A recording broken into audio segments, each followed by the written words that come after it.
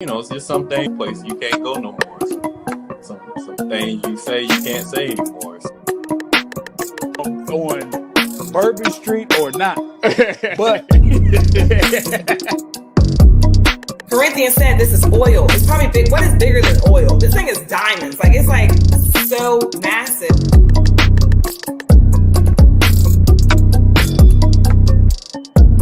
Not gonna do this with y'all. Y'all not gonna. This is cyberbullying, right?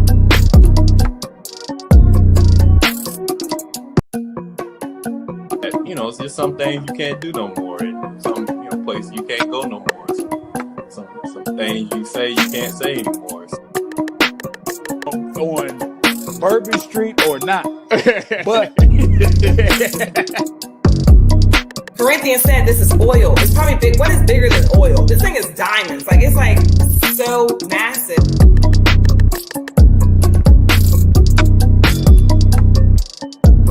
Not gonna do this with y'all. Y'all not gonna. This is cyberbullying, right?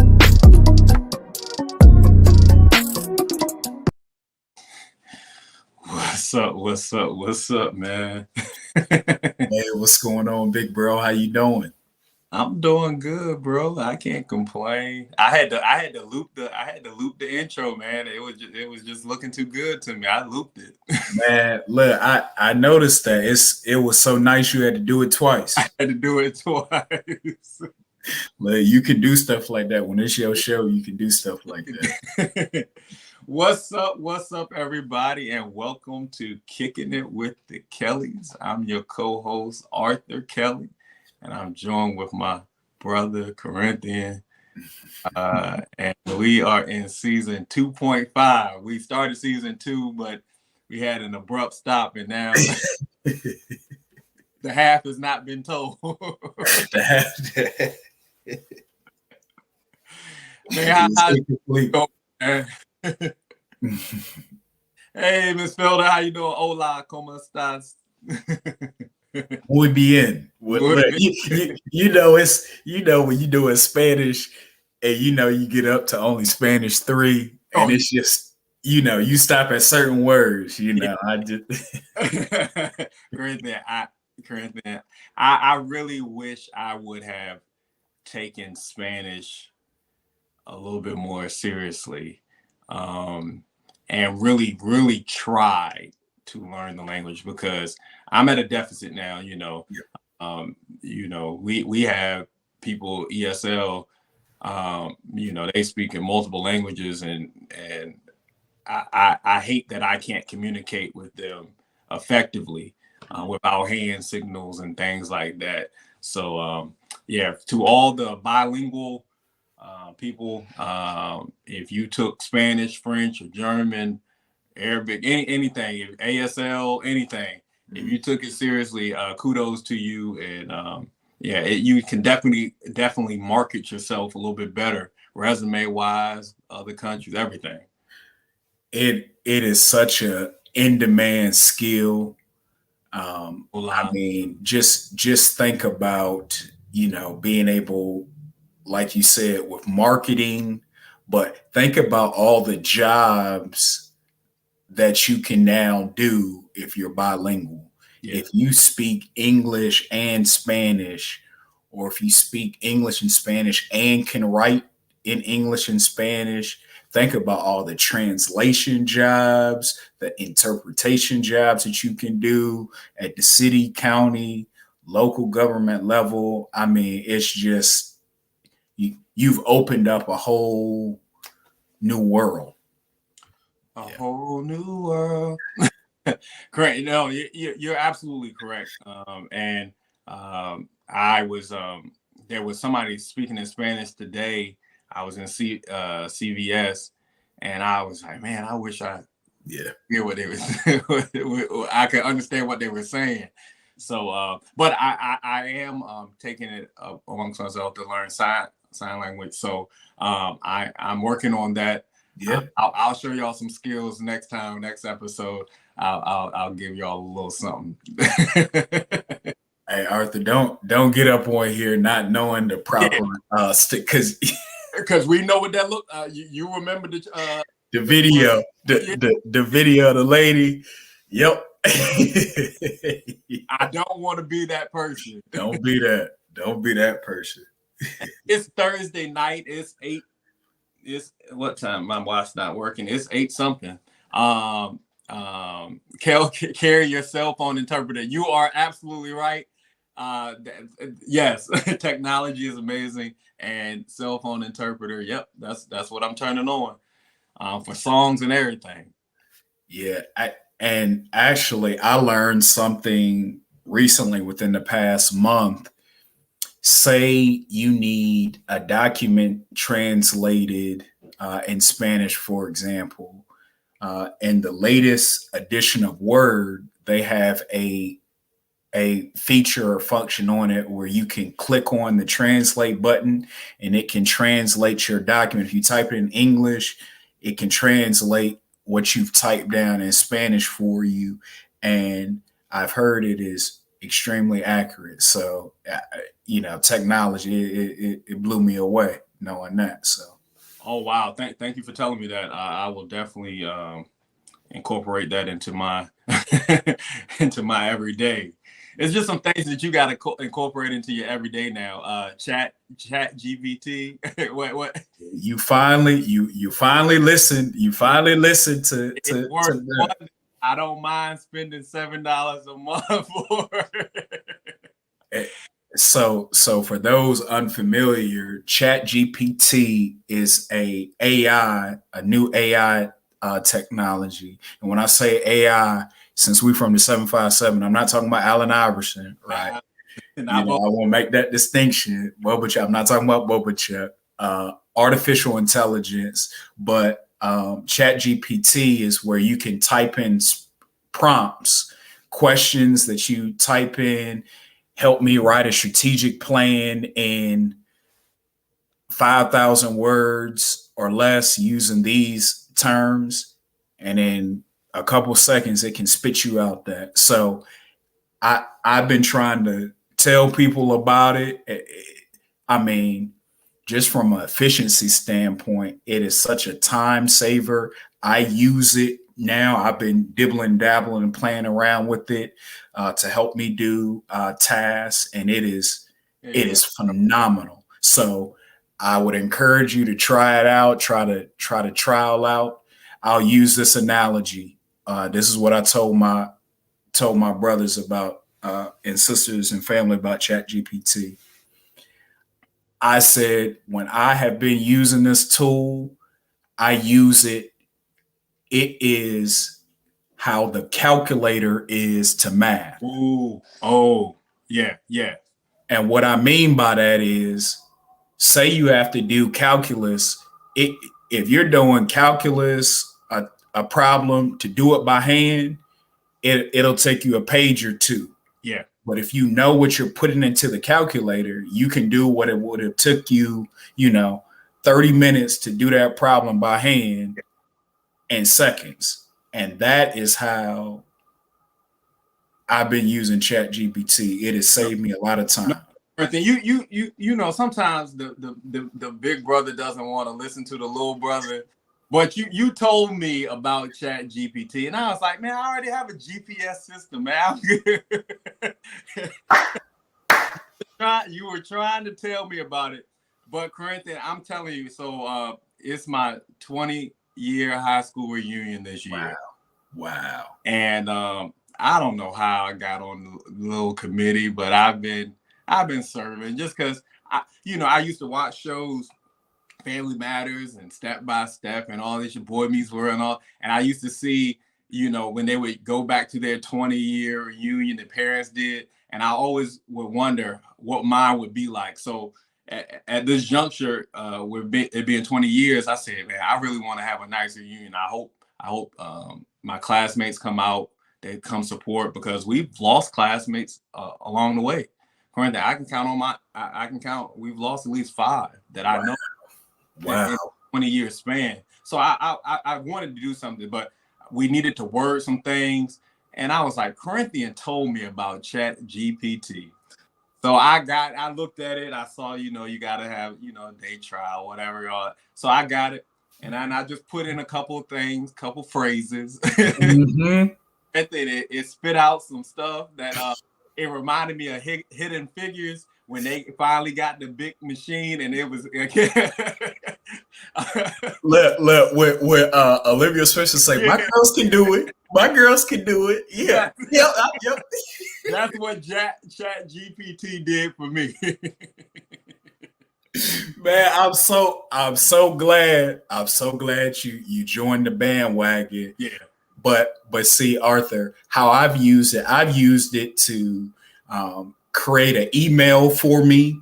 Oh, wow. I've used it to move things from, when grammatically, when you have to make things in active voice or passive voice, I've used it to say, take this paragraph that I've written and make it sure it's all active voice. So it's done that, for me. That way, all my tenses are correct. So wow. Little things like that. I've also used it to summarize things. So I typed the paragraph and I said, find the main points, summarize the main points for me, and it pulls that information out for me, which is a time saver. Yeah. So I'm saying I wish I would have invested or found this stock a long time ago for this AI, but I can say that it could be a benefit for those who need to use it, and it can help you out a whole lot with a lot of different things, career oriented. So I definitely want to encourage y'all that if you have not tried it, go ahead and try it. If you don't like it, if you feel that you are English major and you don't need it, hey, kudos to you. Yep. Kudos. Corinthian, we got a show tonight, Corinthian. We got a show. I'm happy to be back.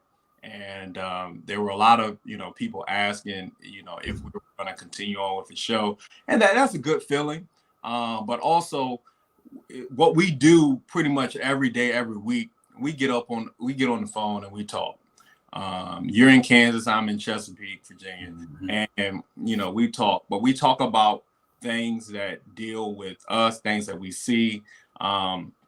A lot of it is how we're raised, for standpoints of religion, some politics, some family oriented things.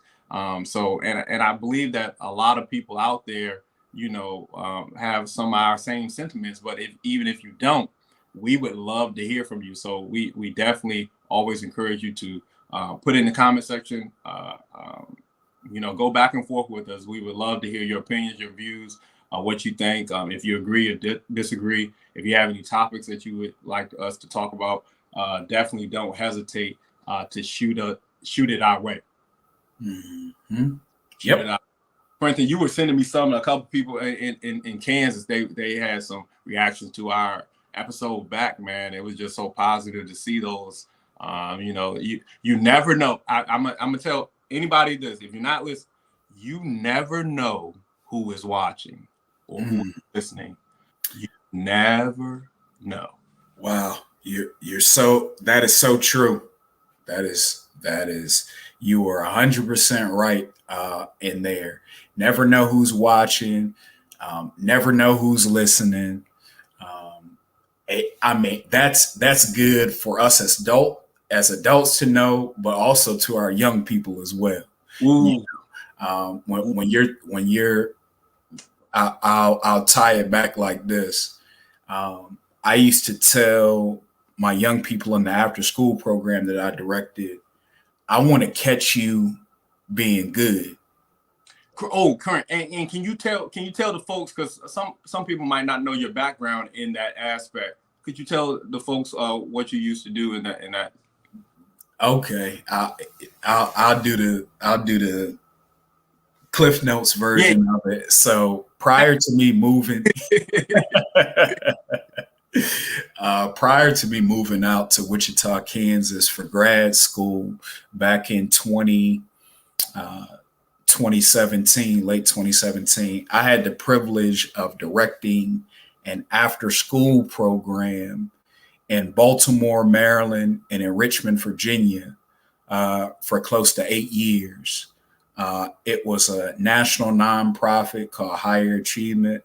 Awesome program. I got to work with so many tremendous young people, I work with 5th through 8th graders. The end goal of our program was to get students that went through our program, our tutoring and mentoring program, into their top choice high school. So I started there in 2010, actually, which is crazy to think about. So I have students that have since graduated from high school, college, and have families of their own now, which is crazy. So when you said your 20-year reunion and stuff like that, man, I mean, it's that time fly. Yes, it does. Man, wow, 2010. So I know y'all didn't ask about what I do, but I'm just going to tell you anyway because it all comes full circle. So like Corinthian was saying, you worked with 5th to 8th. For me and my profession, I was once I graduated from Old Dominion, I served as a senior admissions counselor for about four years, where I was just traveling all around the country, like recruiting students to come to ODU, and I was looking at your application to admit you or deny you into university. So I work with college level kids, high school going to college. But then I linked up with Access, and it'll be 13 years. 13 years I've been with Access College Foundation, where I am in the high school. And one of the big reasons why I left Old Dominion, and Kia's gonna get me for saying this, is one, because Kia said she didn't like me traveling because I was always gone. Yeah. And then 2 is I actually wanted to help students get into college instead of like reading their application to deny them into school. So I help students get in, find financial aid, scholarships, how to do an interview. I do all those things in my realm. So it comes full circle. You were working with the middle school age. I'm working with the high school. So we said that to say this, that we could probably go ahead and consider ourselves very knowledgeable in our career paths, and knowledgeable about, you know, some of the things that we say when it pertains to students, relations, counseling, everything in between. Yep. Yeah. Man, look, let me tell this story real quick. So, Arthur, I don't know if you remember, but this was my first summer academy, and we took a group of students to Old Dominion University in Norfolk, Virginia. Some of our students in our program had never been outside of the city of Baltimore. Yeah. They hadn't been to Washington, D.C., which is 45 minutes away. Some of them hadn't even been across town. So Baltimore set up where it's East Baltimore, West Baltimore, Cherry Hill, and sometimes folks don't cross over. So I say that to say we took kids each summer to a college visit. We was on ODU's campus for 3 days, 2 nights. Fast forward, one of the students in my program that visited ODU that first time being in Norfolk, she ended up going to Old Dominion University. Wow. Which is so cool. And actually she just finished up, really. I remember that so vividly. I met y'all in the cafeteria. Absolutely. I took you on tour. Man, wow. Everything's coming full circle. Yeah. Yep. Right. We'll talk about this another episode, but I read a comment on Facebook, I believe, one day, and the question was posed, is Baltimore really that bad? Ooh, we'll get into that later. We don't got to talk about it now, but I would love that. That's another episode. And I just got to really thinking. I was like, oh yeah, we definitely, I got to bring this question to Corinthian. But that's not what we're going to talk about tonight. We're going to talk about something, and I'm hoping that we get some comments in here. Also, if you are not live right now, you might be rewatching this or watching this for the first time as it records. So welcome to Kicking It with the Kellys. This is episode 8, I believe, of season 2.5. We're happy that you decided to come kick it with us. Corinthian, it takes 2 to tango. Take 2 to tango. Takes 2 to tango. We know that.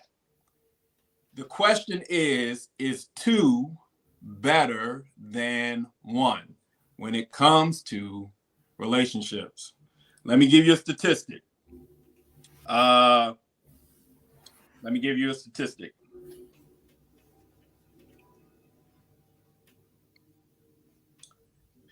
23%, almost a quarter of the U.S. children under the age of 18 live with one parent and no other adults. That is more than 3 times the percentage of children around the world, which is around 7%. So 20% of the children in the USA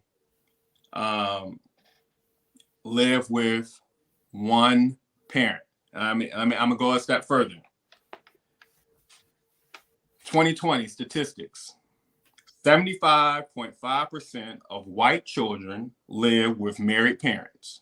37.9% of Black children live with married parents. 7.4% of Asian children live with married parents.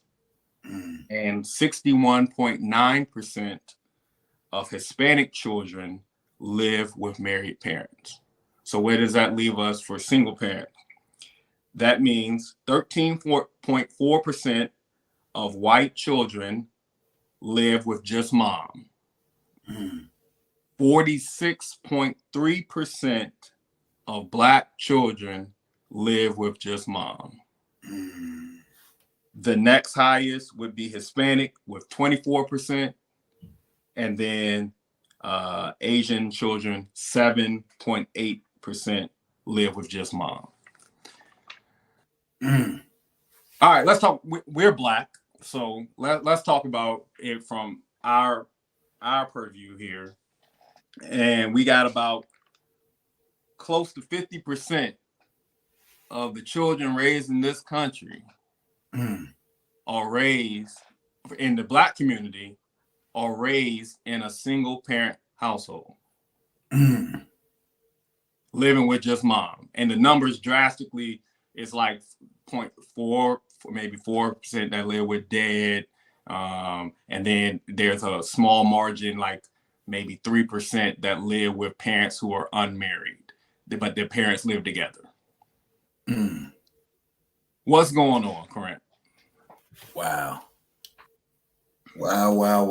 Thank you for bringing those statistics out, because I think when you having conversations, numbers, numbers are important. Data is important, when you having conversations, right?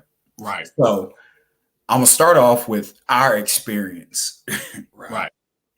So we grew up in a 2-parent household with our mom and dad, and there are 4 siblings total. We have an older brother, Daryl, that's 40, Arthur 38, I'm 37. We have a little sister, Veronica, that is 33, right?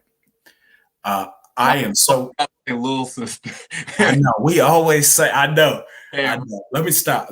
My sister. Let me stop. Sister Veronica. Shout out to Veronica. And actually, let me take this moment to give a shout out to our dad. It's our dad turned 72 today. 72 years young. So happy birthday to Pops, to our dad. So thankful for him. So this helps in this conversation. Yes. We saw a unit, we saw structure, right? We saw mom and dad, and we also saw, if I use this analogy, what comes first, the chicken or the egg? We saw marriage, then babies, not the other way around, right? Yeah. So that gave us a framework, or it helped shape our minds on structure, a unit, right? So when you read the statistics of every other kind of race, and I saw those lower numbers, to me, I was thinking, those other cultures, that family is a unit, right? That's a fundamental building block for everything, for not only the individual family, but for their culture as well, right? So when I hear those numbers and disparities, I'm thinking, now you can raise a child by yourself, but I would submit that it's probably harder doing it by yourself than with somebody helping you, with somebody supporting you. And then, just like you said earlier, when it takes two to tango, you can't bring a child into the world by yourself. Right. It takes two people to make, and unless things have changed, that's how a baby come into this world, right? Right. Now, if it takes that kind of pairing to produce a child, I would also go a step further and say those are the proper ingredients or elements that needed to be in place to raise a child. Corinthian, I love how you just broke that down. I see. So we're about to go somewhere where we can get a lot of pushback. Feelings might get involved because we already know that statistic or the data shows that pretty much close to half of those in the Black population are raised in a single parent household, and it's specifically raised with the mom. Now, what does that say about the man? All right, so we're two men. Men, we got to grow up and we got to do better. And we're going to have a separate episode for the men on this, because I really want to talk to these guys. I typically go to eat lunch with my boys on certain days. I try to go maybe Friday or whenever I can get there. And the lunch monitors, they're always, so they already, they, hey, Mr. Kelly is one of those. But they told me when I first started coming, they said, I'm just so happy to see you here. I'm so happy to see you here. And they need to see that. Corinthian, when I tell you I walk in that school, all eyes on me, not because I want them to be, but the children that are eating lunch in other classes are looking at me.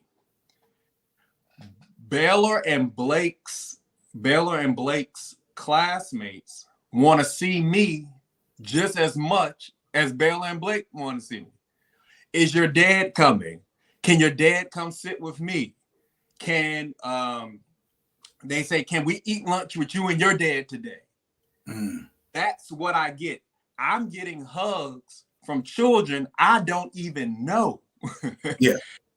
And that's just being there eating lunch with them. And I just think about all the men that are dropping the ball and missing the opportunity to be active in your child's life. Now, you already stated that if you marry before you carry, I mean, everything should fall in place. Now, divorce is true, all that those are actually incidents. So we'll speak on that later. But if you marry before you carry, you should have a great foundation to start with. But then if you don't marry before you carry, now you talk about the child living in two different households. And that's where the problem starts. So I'll say this, Corinthian. What are the negative effects of being raised by a single mom? And then I'll ask you another, and people can comment on this too. What are the positive effects of being raised by a single mom? Okay. All right. Before I get into this, I would say this is an assumption that I'm gonna assert. This is my thoughts, right? I would submit to you, especially I'm thinking about children now, young black children that look like me. Boys need patterns and examples to model behavior after, right? Boys, and you're gonna make me write that down. so how we learn primarily, we learn by seeing people do stuff and then try to emulate what we see. 9 times out of 10, if you go around, if you have a young boy and you say, come watch what I do, he's going to be watching what you do intently to try to recreate what you did, whether you cutting the grass, whether you washing your car, he's watching and trying to see and trying to figure it out how you do some stuff, right? That is necessary, okay? So think about all the positives if you see what your dad do. So, Arthur, your boys are blessed to see you walk into the school and sit down and eat lunch with them. So they have a frame of reference now that if you didn't go into that school, they wouldn't have that frame of reference. They wouldn't have that interaction. Just your mere presence at the school, just a male presence, especially at an elementary school, we're like unicorns there. There's a video that's going around on YouTube that has the principal, it's a black guy, and he walked down the hallway and the kids run up to him and jump into his arms, right? Yeah. Now, he has developed a culture at that school where the kids feel safe, they feel welcome, they feel seen, and they reciprocate that by how they greet him. He has set the environment for that. Now, in order to set the environment for that, I would argue that some of men's primary role is if there is confusion, if you insert men into a chaotic situation, there has to be order. Mm. So when I worked in my after school program, the thing that I couldn't do, it couldn't be a lot of chaos around me. Either the chaos is going to get straightened out or something got to go, right? But my whole role when I walk into a space, I'm thinking safety, I'm thinking order, I'm thinking how to make things seamless, smooth. To me, those are natural traits that men, that's how our brain should be working. Yeah. Right? That's what I'm saying. Our brain should be working that way. Oh, correct. Okay. Or all right, safe, seen, and welcome. I love how you just and what you just explained. The video that you watched, I lived that experience as a parent, just walking into school. What Yep. got is the same thing I got when I showed up. Now, I do want to say this because I don't want anybody to confuse what we're saying and where we're going with this. Before we started this dialogue or this conversation, we gave some statistics of where white families fall, Black families fall, Hispanic and Asian. All right. And we showed the data for married household in the white community, married household in the Black community, married household in Hispanic, married household in Asian. Then we also did another caveat to a single parent household, single parent with living with just mom in the white community, Black community, Asian, Hispanic. And then we had a little minor with single parent living with just father. The Black community, it was pretty much close to 50% of children are raised in a single parent household living with mom. So we that was the highest subgroup, and then the highest merit group was Asian, about 80 some odd percent.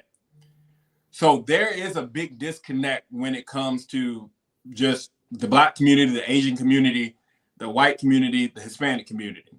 So we were addressing it as single, talking to single mom, or with the single mom, but we're going to say single parent because I don't want anybody to feel that we are attacking single mom, motherhood, mom, single dad. We are going to get on men on another episode when we talk about why are you making this mom a single parent. We're going to get into that. But I got to ask the question, ladies, before we go there.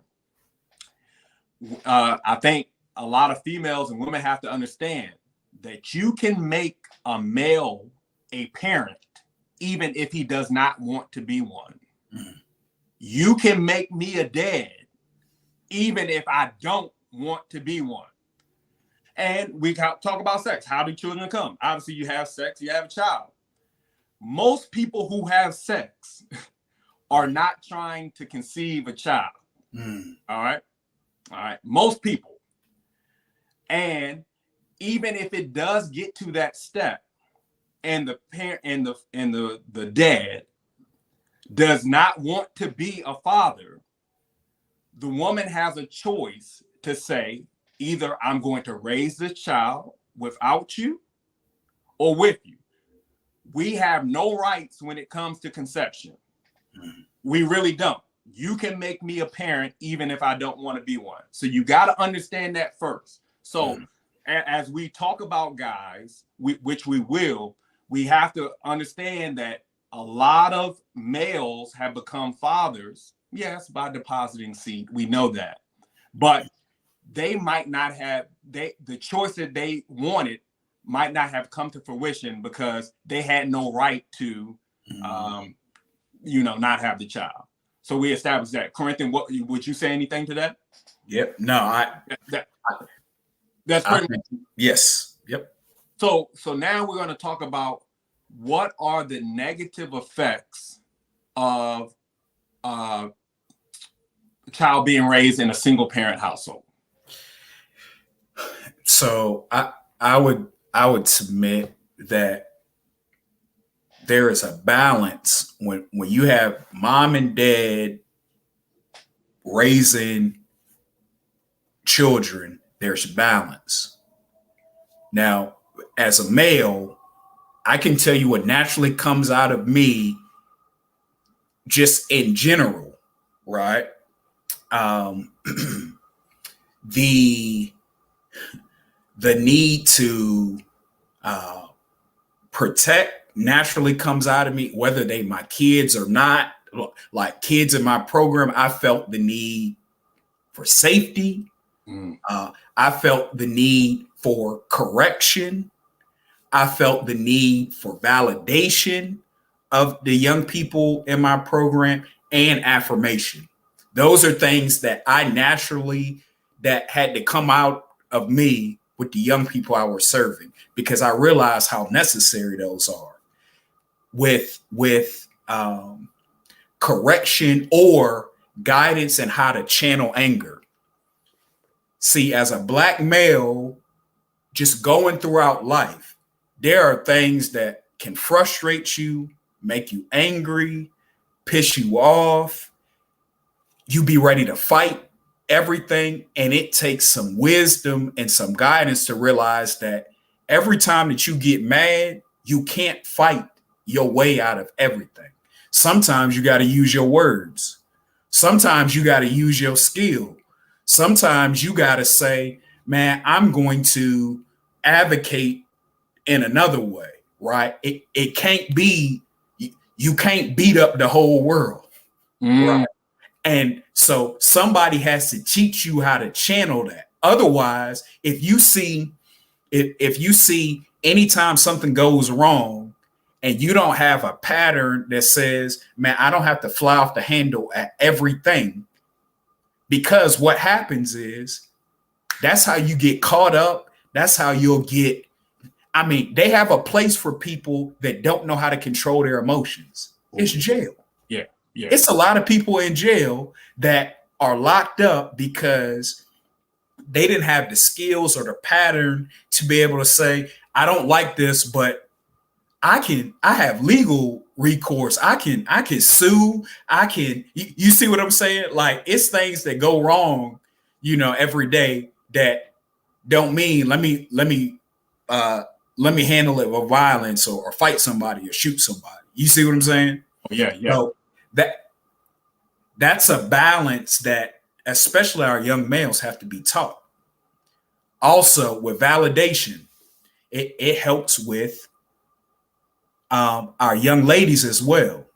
See, if our young ladies are affirmed by the men in their life, their dads, if my dad tells me I'm beautiful, then the young boy that's sitting next to me just telling me I'm beautiful because he's trying to get some, because that's the reality.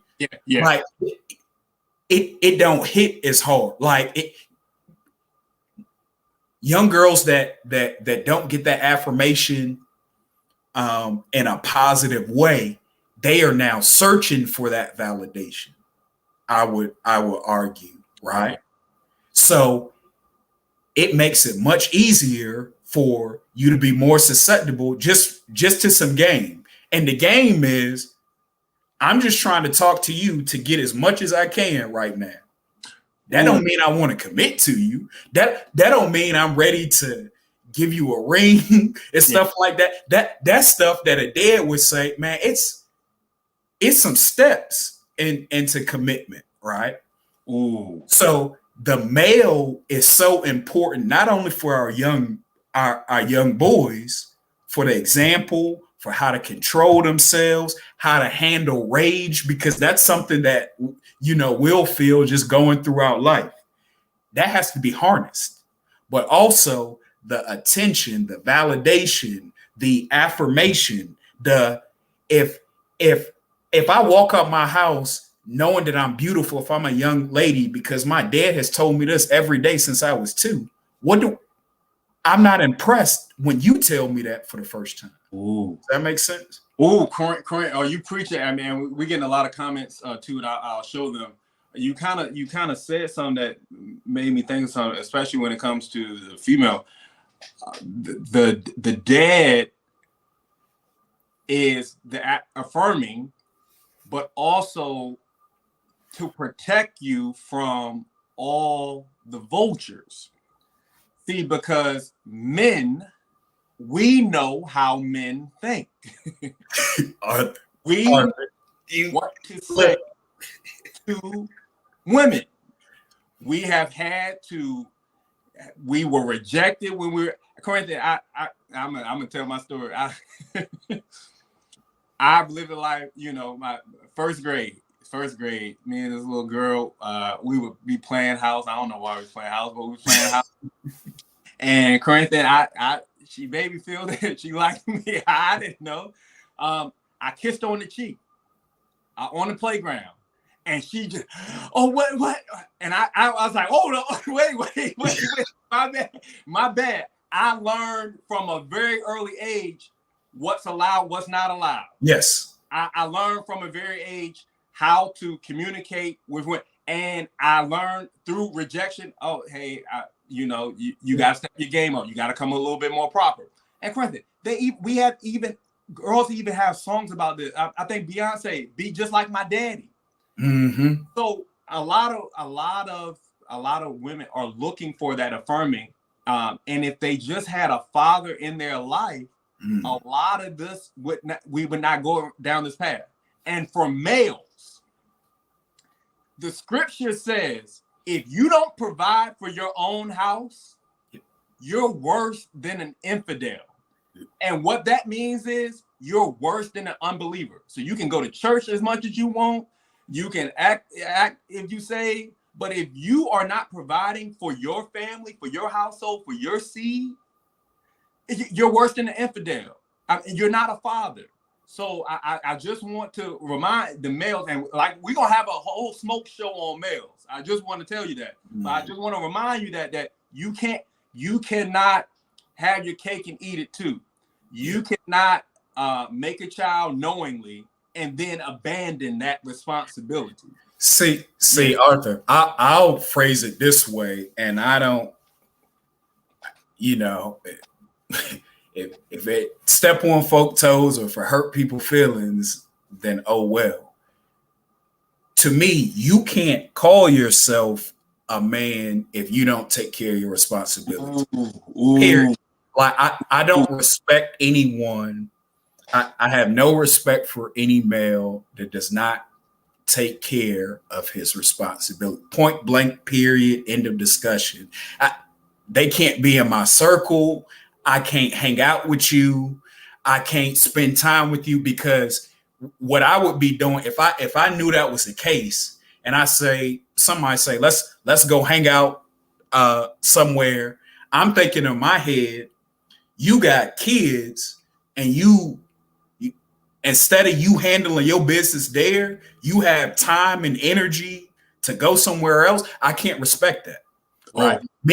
Men that get respect handle their man business. That means you get the respect once everything in your power is provided for. That has how our generations prior to, I'll give you an example in our community. Oh, correct. Granddad went to work. Granddad worked sun up to sundown. Granddad came home to his wife, to the kids. Granddad would usually give the wife the check and say, go get all the stuff that's needed. And I'll point it this way. See, using the biblical aspect, the more you work as a male, the closer you get to God. And I say it this way because it has said that we are supposed to work by the sweat of our brow.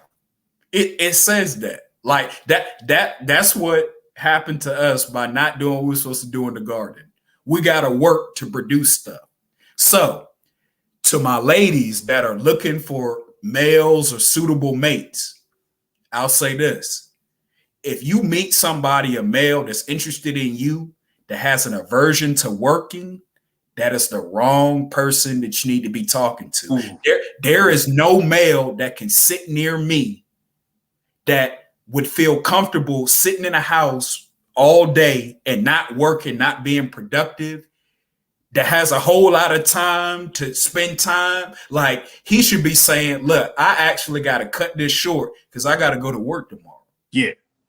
Those are the kind of people that we need to be evaluating. Like, when you're looking for suitable mates, those are some of the traits you need to look for. Is he allergic to work or not? If he allergic to work, go the other way. I don't care how fine he, I don't care how good his hair is. I don't care about none of that. Like, if he got an aversion to working, then that's not a suitable mate. And I would tell anybody that, young ladies, my nieces and nephews, if I had daughters, that's what I'll be telling. That's a good rule of thumb right there. How does he work? Is he serious and diligent about his work? Because if he is, that's a trait that you can align with. If he not, if he comfortable saying, look, I just chill with you, or I got let go of my job, and are you looking for another one? Nah, I'm not. I'ma just, right. That's a red flag. If you don't work, you don't eat. Period. Don't work, you don't eat. Period. And for men, you have to understand this. There aren't programs for you. If you don't work, life is going to show you really quickly where you should be. And the thing is, too many of you are leeching off of someone that is trying to take up for your slack. And as you just said, you can't come around me. Corinthian, do you know how many FAFSAs I have filed in my 13 years working for Access College Foundation? I know you'd have filed a lot, but do you know, Corinthian, do you know how many in my I'm going to say in my predominantly Black school, do you know how many men have come into my office to meet with me? That makes me sad. Yeah. That makes me sad. And we have to do better. And the thing is, we could do better if we just discipline. As a coach, I talk about discipline and defense. Without any discipline, you can't play defense. Mm-hmm. So that means defending what's yours, defending what you fought for. Mm-hmm. If you don't have any discipline in your life, and that's what a lot of us are lacking, we're lacking the discipline to maintain what we have, the discipline to go after what we want, the discipline to stay settled, the discipline to not treat our significant other in a bad way. We just lack discipline in a lot of areas, and an undisciplined life leads you to ruin. Yep. Man, I could go on. There, Jason said, stop having kids if you don't want to put yourself second for at least 18 years. So look, Jason, brother Jason, thank you for that. Look, so I would say another trait of males, good male sacrifice. Ooh. It's about sacrifice. Like, you got to sacrifice for your family. Arthur. Hey, Gabrielle, you can go to our YouTube channel. We're also on YouTube, Kicking with the Kellys. You can just you can share it, share our YouTube link. Also, I'm not sure how to share it on, but it'll be on our podcast as well for y'all to listen as well. So, very good question. My bad, Corinthian. So I'm blessed. The males that are in my circle, I know the type of character y'all have. I know that y'all would go without to make sure your family is straight. Yeah. Like, that means if you can't, the sacrifice is, I really want this new car, but my kid needs braces. So that means I ain't getting the car. He got to get the braces, or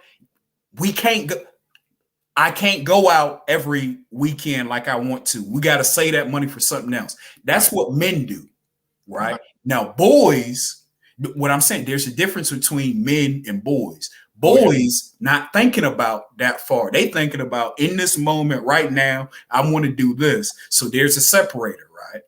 So also men plan. Oh.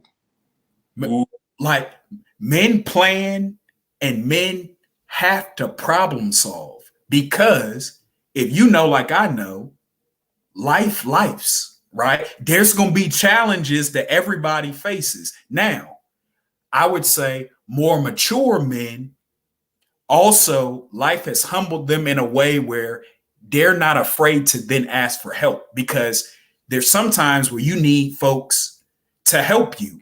Sometimes you do have to ask. Sometimes you have to say, right now in this season, man, we need to go to set us up for future success. Man, we might have to go to this food bank. Yeah. That's hard to do. Right? Oh, yeah. But if you got to in that season, then you got to do it. It's just that simple. Or if it's in that season where I'm looking for a job and I can't find one, I know the way I'm built, I'm going to go to the day labor spot. If I got to go roof, I'm going to do it, because we got to eat. I have more people depending on me now. So those are traits that quality men have, right? And then think about men operating like that. Who wouldn't want to follow? Yeah. Because it's not just you. You are trying to sacrifice and put your family, your unit now in the best position, right? So that's the separator. And I love what Jason said: plan, protect, provide. Yes. If you ain't doing that, honestly, if you are a male and you're not doing that, that means somebody else is taking care of you. Ooh. It can't be. It's unbalanced. Now somebody else got to pick up that slack, and it's not good.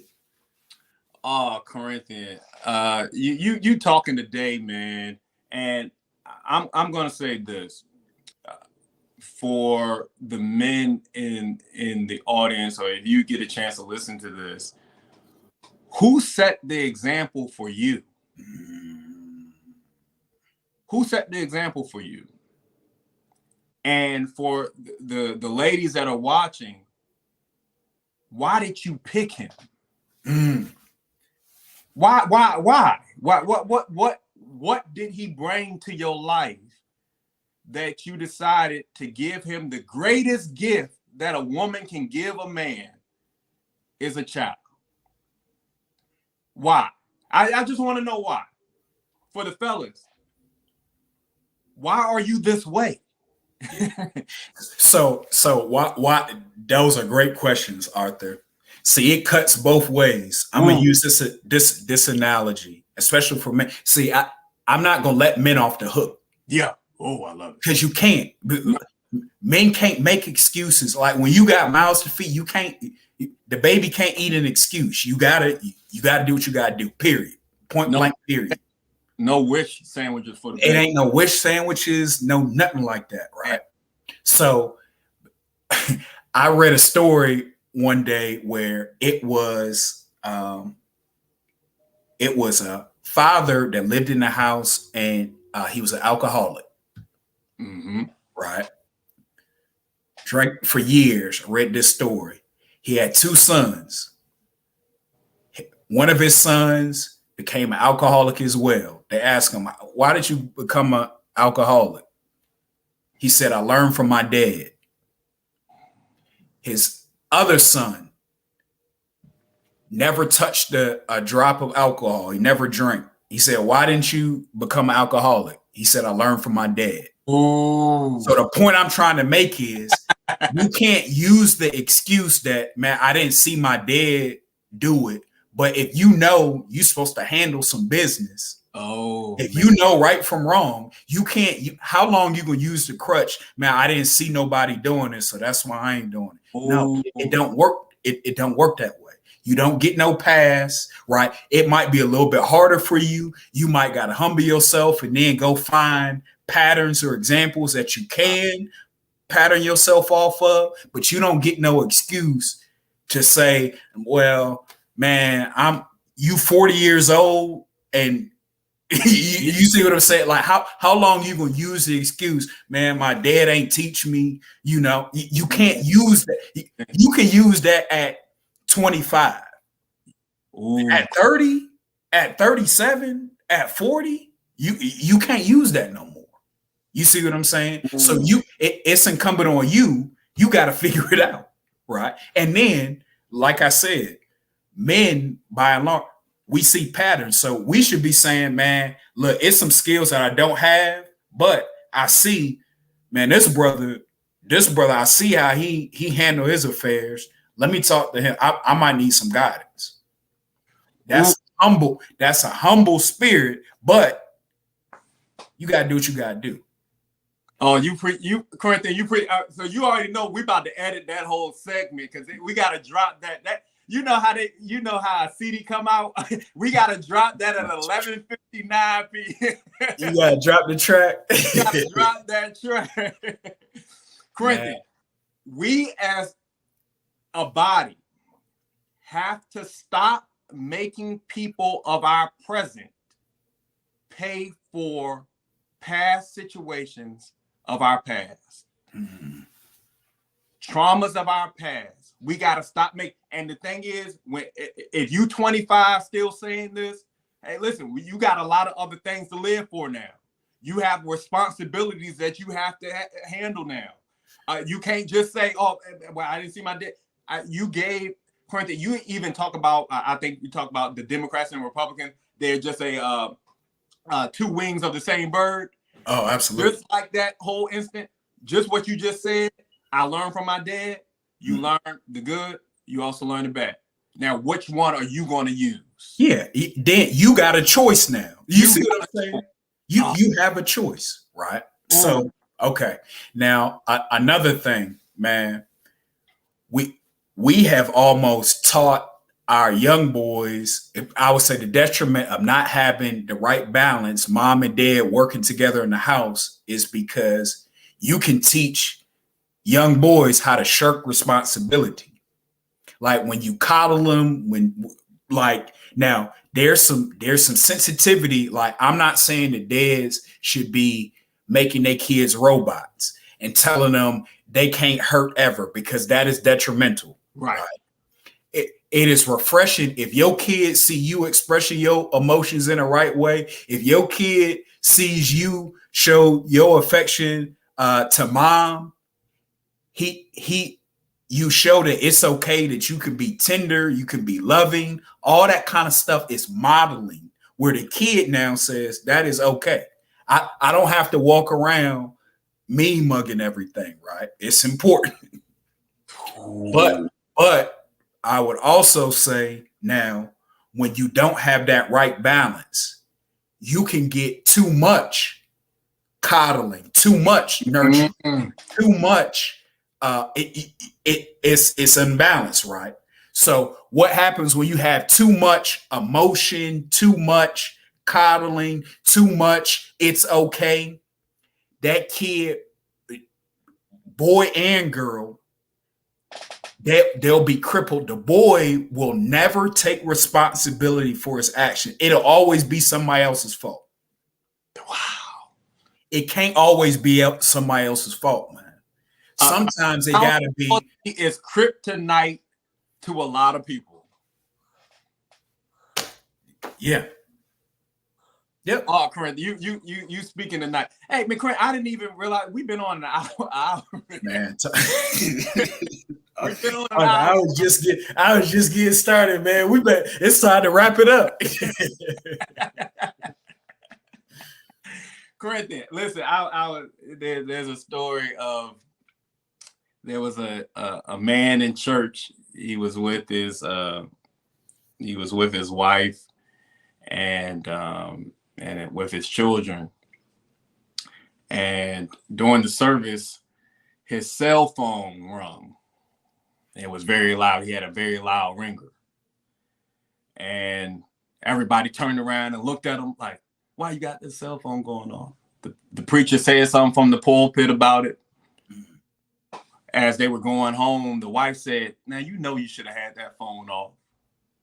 The children was like, Daddy, why you always got your phone off? Daddy, why you got your phone off? So the man went to the bar. And in the bar, the man ordered a drink. And as the waitress came, he accidentally hit the drink on the waitress and it got all over her. And the waitress said, it's okay. It's okay. I can clean this up. The bartender said, don't worry, man. I'll get you another drink. The people that saw what happened, they said, hey, put his drink on my tab.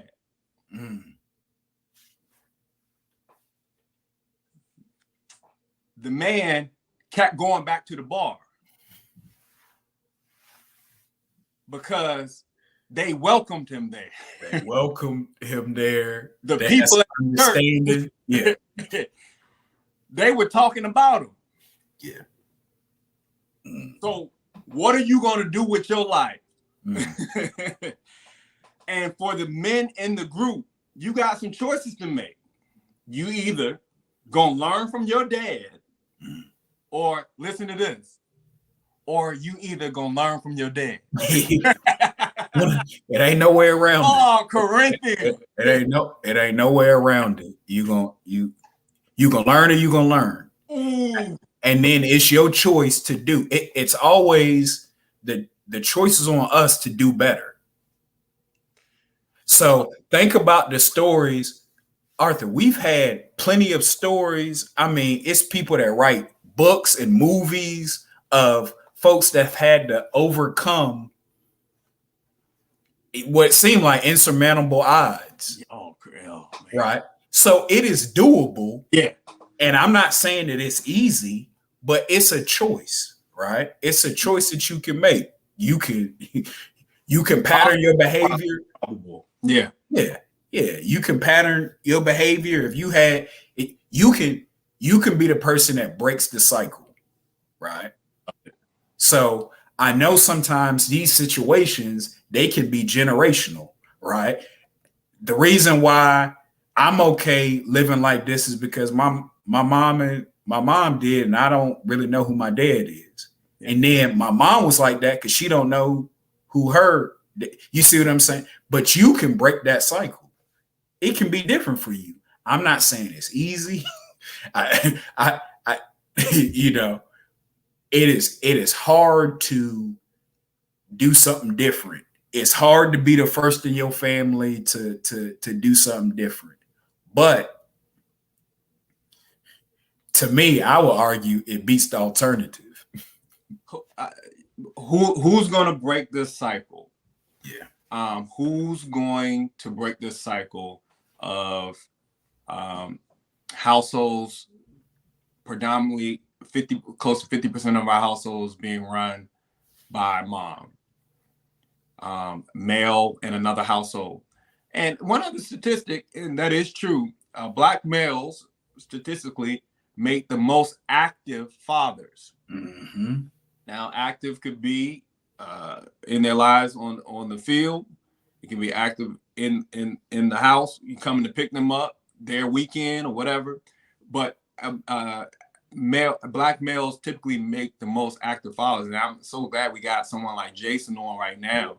I mean, that is a prime example. So kudos to you, man, and congratulations on your son about to walk across that stage next week. Mm-hmm. But we gotta really figure out what we're doing, and my charge to everybody that's listening, especially for the female, we gotta choose, but we gotta vet better. Yep. We gotta vet better. Corinthian talked about it. Stop messing with these boys.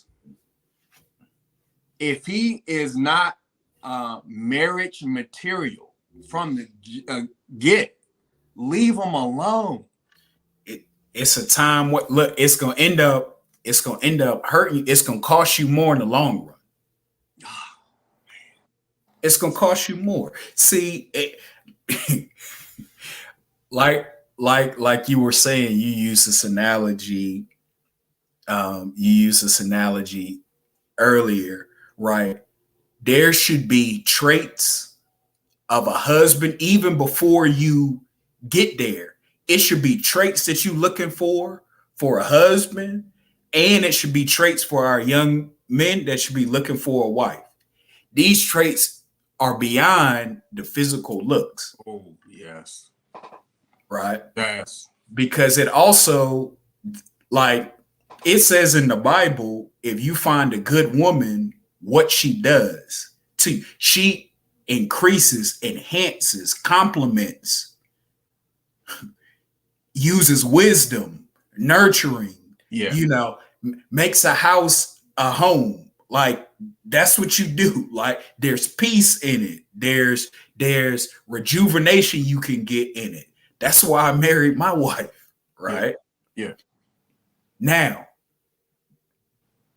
I would say for our young males, for example, we have to be able to spot very, very easily tendencies that might not be helpful. So, for example, if you meet a young lady, she look good, she fly, and if you go around her house and there's chaos at the house, or if the mom, instead of the mom being a mother, the mom is trying to compete with the daughter to be as young as they can. If mom isn't okay with the mom is 50, but she's still trying to live like she's 30, that's a red flag. It's a red flag. Like you got to be able to see that. Like you got to be able to see someone that likes drama. Like with somebody that just love to be in the mix and like drama and stuff like that. If they like it at 25, they probably gonna like it at 45. Like what I'm saying, you got to be able to say, man, is this a situation I want to be in for the next however many years?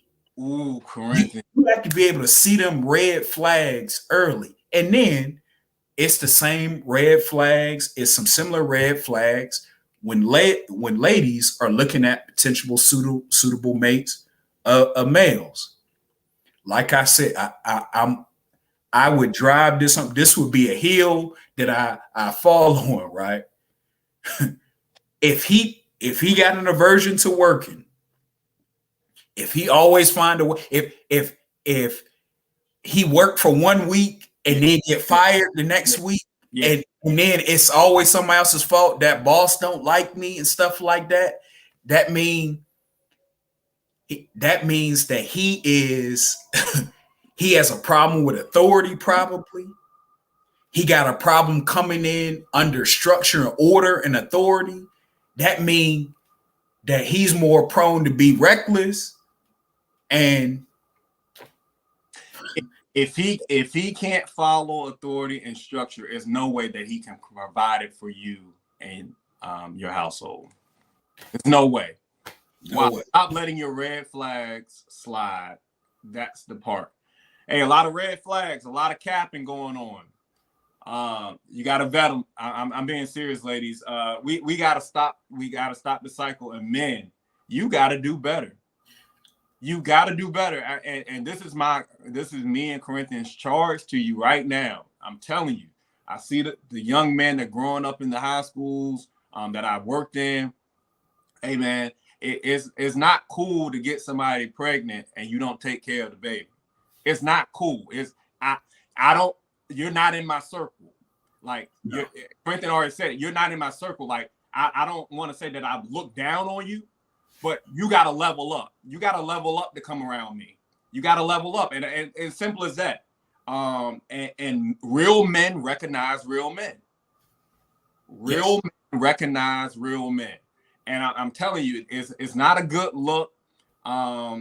It just brings what the real fathers are trying to do down. We have to always compete with a stereotype that we don't take care of our kids.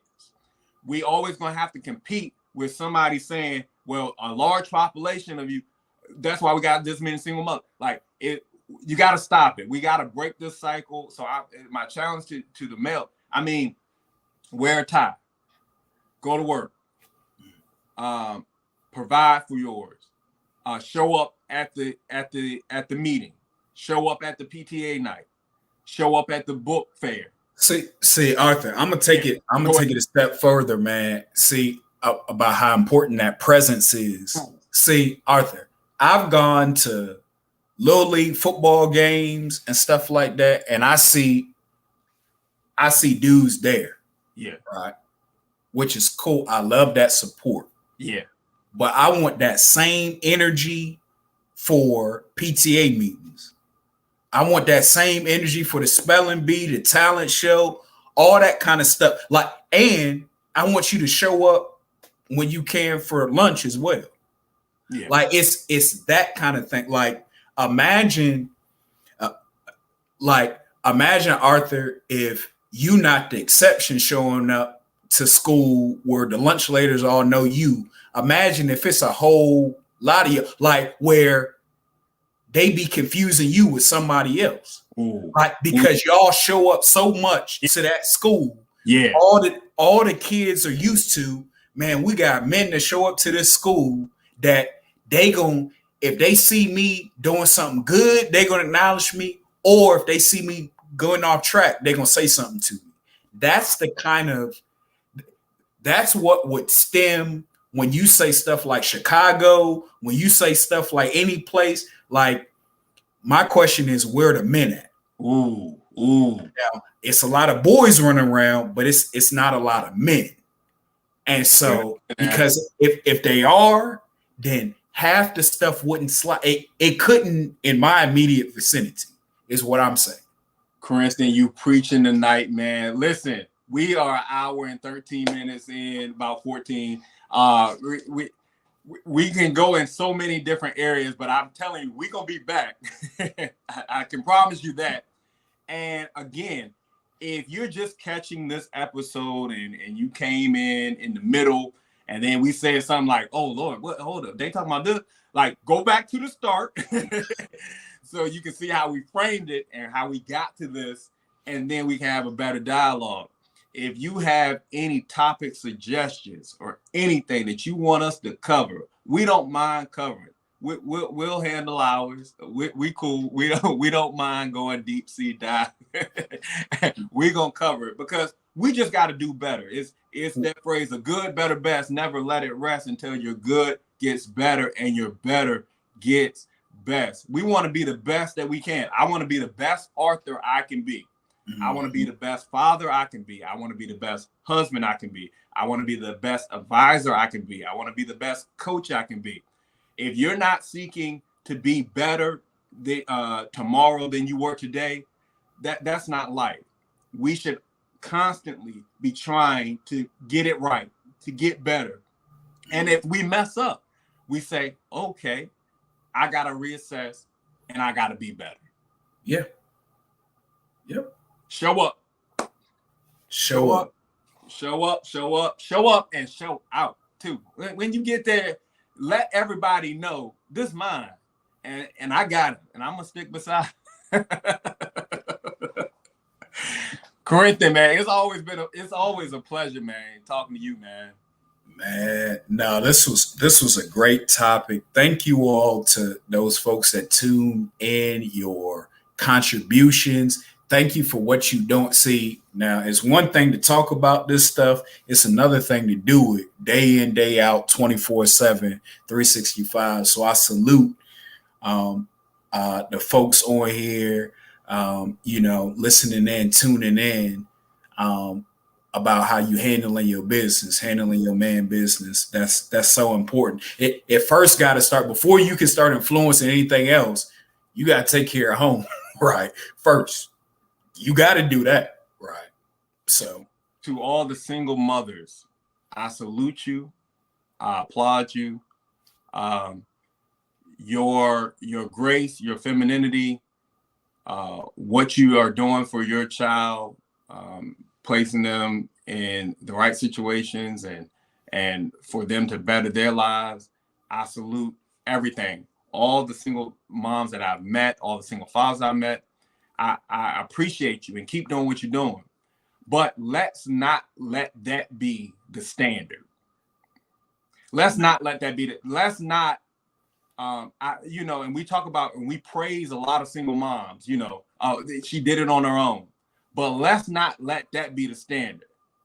I would love to say that he had his mom and dad in his life, they in the same household. That should be the standard. It takes two to tango, and two is better than one. That's how we started. So I salute what you're doing, but let's not just praise that and give you the kudos that you deserve. But let's not let that be our mantra of, we come from a single parent household. I want to see families together. And if y'all are arguing, stuff goes awry. We understand that, but work it out for the best interest of the child. I couldn't have summed it up any better than that. All right. Kicking it with the Kellys is about to sign off. We appreciate you for signing on. Remember, follow, like, and share. We will be back next Thursday, same bat time. Well, it might be a different time. Same bat station. But same bat time, same bat channel. Bat channel. Yeah. And we're going to just bring more topics, and we're going to get into some smoke. So we're going to have some disagreement segments as well. If you want to, we're going to give you the link to join us. Put your face on camera and let's go at it. Well, we want all the smoke. We want all the smoke. Hey, just keep swinging. Corinthian, appreciate you, my brother. Yes, sir. Yes, sir, big bro. Yes, sir. All right, everybody. Y'all have a great night. And I pray that whatever you touch turns to gold. It's just some things you can't do no more. And some places you can't go no more. Some things you say you can't say anymore. On Bourbon Street or not. But Corinthian said this is oil. It's probably big. What is bigger than oil? This thing is diamonds. Like, it's like so massive.